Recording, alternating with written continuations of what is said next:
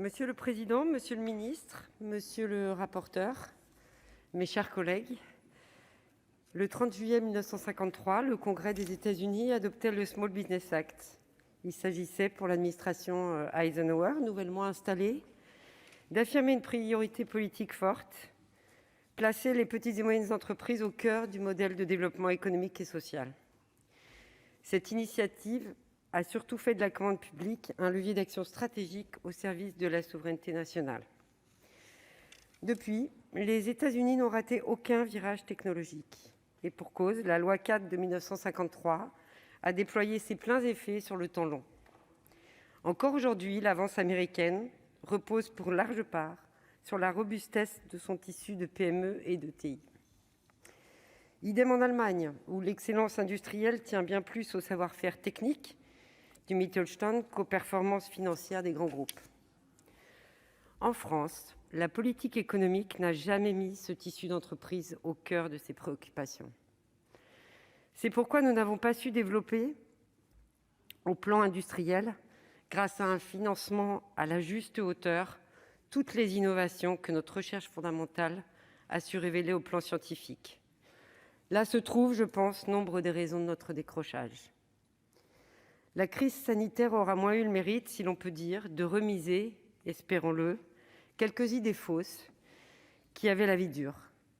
Je pense ici à la lubie de cette France sans usine, répétée ad nauseam au cours des dernières décennies, une petite musique qui nous intimait que le pays serait plus fort dans la mondialisation s'il se privait de son appareil de production. Que de temps perdu, que d'innovations manquées, que de virages technologiques ratés à cause de cette doxa. Nos difficultés à produire des masques, puis notre incapacité à élaborer un vaccin, nous ont définitivement convaincus du contraire. C'est heureux, si je puis dire, mais ce n'est pas suffisant. La nécessité de réindustrialiser notre pays fait désormais consensus. Il en va de notre souveraineté nationale. Le gouvernement a bien pris la mesure de ces enjeux. Une part importante du plan de relance concourt d'ailleurs à cet objectif, notamment la baisse des impôts de production, 10 milliards d'euros par an. Le plan de sauvetage de l'économie, lui, mis en œuvre dès le début de crise, visait déjà la préservation du tissu de nos entreprises. Notre groupe Les Indépendants a soutenu cette approche. Sans entreprise, point de reprise. C'était la bonne chose à faire. Mais ce faisant, nous avons créé un paradoxe économique sans précédent, lequel, avec le recul, apparaît flagrant. D'une part, nos finances publiques n'ont jamais été aussi dégradées qu'en 2020. Avec une augmentation massive des dépenses, une diminution massive des recettes. Résultat, une hausse spectaculaire de notre endettement public de 20 points de PIB en un an à peine. D'autre part, l'épargne privée aura bondi de 200 milliards d'euros d'ici fin 2021. En cause, la conjonction des mesures de restriction sanitaire et de soutien à l'économie, les premières ayant pesé sur la consommation des Français, les secondes ayant préservé leurs revenus. Autrement dit, jamais la dette publique n'a été si élevée, jamais l'épargne privée n'a été si élevée. Et face à ce paradoxe historique, nous devons éviter de percuter deux écueils. Le premier, c'est faire nôtre la maxime d'Henri Queuille, « n'est pas un problème qu'une absence de solution ne finisse par résoudre », ce serait ne rien faire. De nombreuses raisons pourraient nous y inciter. Craindre que le risque de l'action ne soit supérieur à celui de l'inaction. Continuer à croire que les acteurs déjà en place font très bien leur travail et qu'il serait malvenu de remettre en cause l'équilibre des choses. Enfin, c'est espérer que la vie d'avant finira par reprendre son cours et que tout continuera d'aller pour le mieux dans le meilleur des mondes possibles. Le second écueil, c'est de croire que toutes les solutions aux problèmes seront incubées au 139 rue de Bercy à Paris. Nous voulons tous, au Sénat, que nos politiques économiques soient conçues à destination, mais aussi à partir de nos territoires. Mes chers collègues, j'ai cru utile d'en passer par cette longue introduction pour vous parler plus précisément de la proposition de loi que je porte à votre examen. Ce texte n'est pas un texte de circonstance. Il est le fruit d'une longue réflexion personnelle, nourrie d'expériences professionnelles en France, aux États-Unis, en Asie, et surtout d'échanges avec les vrais faiseurs du terrain. La crise actuelle nous oblige à repenser, et à repenser d'une façon peut-être plus holistique ce qui doit être notre futur économique. Face aux défis climatiques, les besoins d'investissement sont massifs pour accélérer la transition écologique et le temps presse. Car l'inaction climatique coûte plus cher que la prise de mesures fortes, comme l'ont encore récemment confirmé dans une étude parue fin mars 738 économistes de l'Institute for Policy Integrity de l'Université de New York. Il nous faut redoubler d'efforts.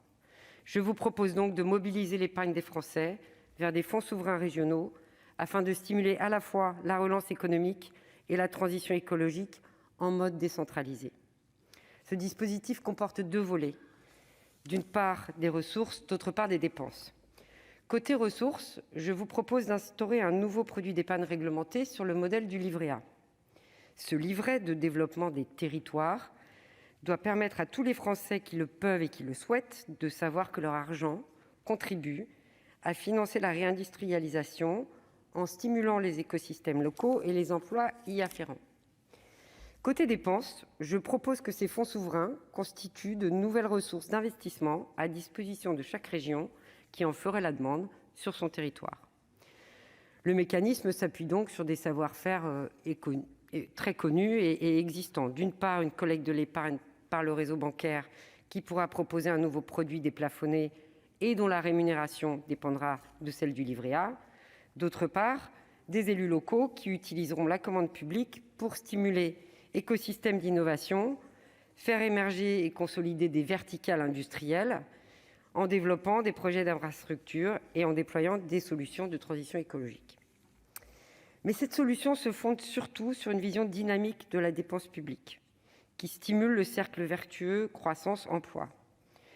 Cette vision s'oppose à une lecture trop comptable qui ne perçoit l'investissement que comme une dépense.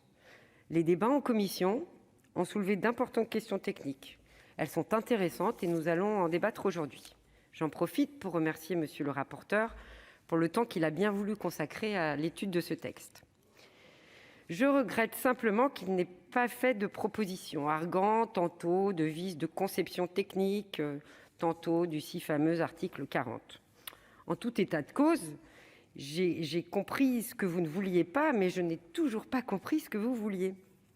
Mon collègue Emmanuel Capus vous présentera tout à l'heure plusieurs amendements qui vont répondre à certaines de vos légitimes craintes et qui visent à sécuriser ce dispositif et aussi à l'étendre dans son champ d'application.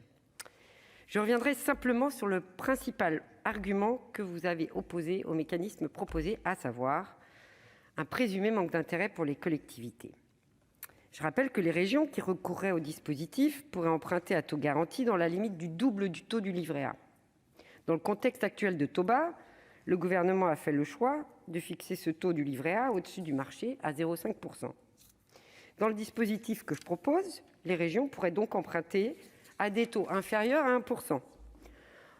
Or, nous dit-on, les régions se sont financées en 2020 pour leur crédit long terme à un taux moyen de 0,58 % et les autres collectivités, selon une moyenne globale de taux, à 0,56 %. Donc, dans le contexte actuel, point besoin de solutions alternatives, surtout pas à des taux garantis. Mais souvent, les taux varient, et bien folle et qui s'y fie, dirais-je. Selon votre propre source, monsieur le rapporteur, l'Observatoire de la dette des collectivités locales, les taux étaient en 2018 de 1,10 %, en 2014 de 2,40 %. Et le programme de stabilité présenté hier par le ministre Olivier Dussopt laisse entendre que Bercy envisage peut-être une remontée des taux. En outre, la question n'est pas tant de savoir si les régions ont accès pour financer leurs dépenses courantes à de l'argent pas cher. La question, c'est de déterminer si, pour des projets innovants d'infrastructures, les acteurs institutionnels en présence proposent des financements abordables, de la dette à taux raisonnable, pour rendre économiquement viables des projets gourmands en capitaux. Je pense par exemple aux infrastructures de transport hydrogène vert. C'est là que le bât blesse. Pour les dépenses massives et ou risquées, qui pourtant sont celles qui préparent le futur de notre pays. Je veux être claire, cette proposition de loi ne vise pas à apporter une solution conjoncturelle à un problème conjoncturel. Elle vise précisément à garantir aux collectivités une solution structurelle de financement. Je crois cet outil utile notamment dans la perspective d'une possible remontée des taux, dont nous voyons déjà les prémices sur les marchés. John Fitzgerald Kennedy, le successeur à la Maison-Blanche d'Eisenhower, que j'évoquais en préambule à mon propos, disait que le meilleur temps pour réparer sa toiture, c'est lorsque le soleil brille. Vous conviendrez avec moi, mes chers collègues, qu'il vaut mieux travailler à des solutions de financement lorsque les taux sont bas plutôt que lorsqu'ils sont hauts. C'est pourquoi je vous invite à adopter cette proposition de loi. Je crois que le Sénat aurait tort de la repousser en disant simplement « non, ça marche pas, ça ne fonctionne pas », sans proposer d'alternative. Il va falloir conclure, chers collègues. Je conclus, Monsieur le Président. Une part de cet argent, de cette surépargne, doit financer les infrastructures. Il faut relever le double défi auquel on doit faire face, d'aide publique d'une part, d'aide climatique de l'autre. Investissons dans cette transition écologique pour inventer une croissance durable. Renonçons à l'impasse de l'inaction, mes chers collègues. Elle coûtera bien plus cher. Je vous remercie.